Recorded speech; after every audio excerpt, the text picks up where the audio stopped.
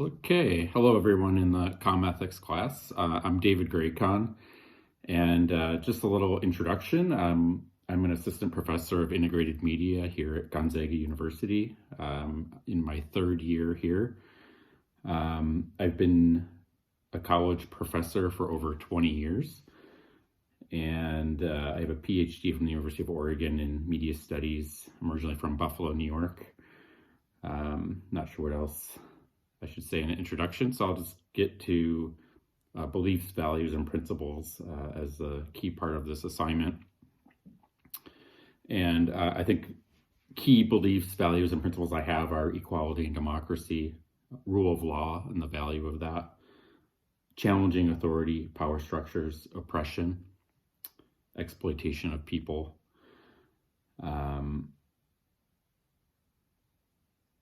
building on Freire's notion of not for, with, working alongside others.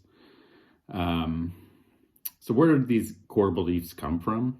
I think, of course, this goes back to family. I think for example, my class background, I come from a working class background, turned sort of middle class in Western New York. And I think because of that upbringing, I very much question a lot of ideas around materialism and the idea of having things and sort of building one's life around that. I find quite superficial. And I think that came from my mother. And one of the things that she instilled in me was thriftiness. And that was partly out of necessity. It wasn't because it was cool to go to a thrift store or go to garage sales. It was really where we could get things really cheaply. And that really taught me a lot about our material culture, throwaway culture, the idea of getting something really cheap and secondhand is also good for the environment, although we didn't really think about it in that way at that time, but that's most certainly what was happening. So this idea of like getting something secondhand that's really cool and unique and saving a lot of money, to me really was an important lesson at an early age.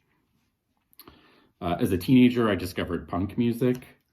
And within punk music, of course, there's all these ideas of challenging authority, challenging oppression, challenging exploitation. So bands like The Clash and bands like Fugazi and Bikini Kill really were transformed me at a very young age. I say it was really my high school education. What really wasn't what I learned in school. It was through punk music and what this music was teaching me to challenge authority, to think critically, but also the music is super fun and fast and you can slam dance and run around, and that was really enjoyable to me, and that's something I'm still into. Even though I'm 45 years old, I still go to shows, and that music still very much inspires me.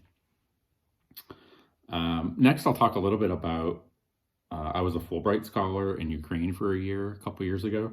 And I taught media literacy at a university in West Ukraine in a city called Ivano-Frankivsk.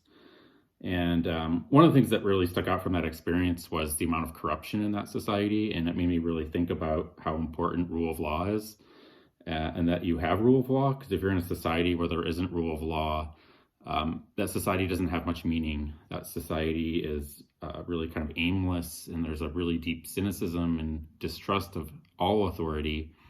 And I think that's a really problematic system to be in. And they really look to the United States as being this epitome of justice and rule of law. Of course, we have corruption in the United States in various ways. And sometimes corruption is somewhat like legalized in ways.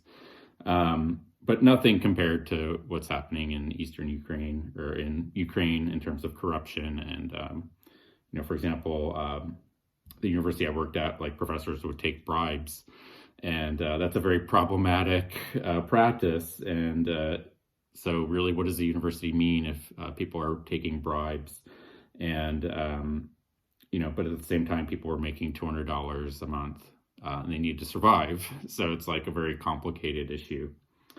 My education in critical theory very much reinforces a lot of these ideas of equality, going back to the idea of Karl Marx, be the change. Don't just, it's not just philosophy, but how do you actually do change and implement it through actual practice. And lastly, I think the values of working at Gonzaga very much resonate with me as part of our mission statement. Things like solidarity with the poor and the marginalized, working towards social justice and equality, treating people as whole beings, global competence, the idea of treating people with dignity, and are all really good values that I think very much shape who I am. So thank you for listening.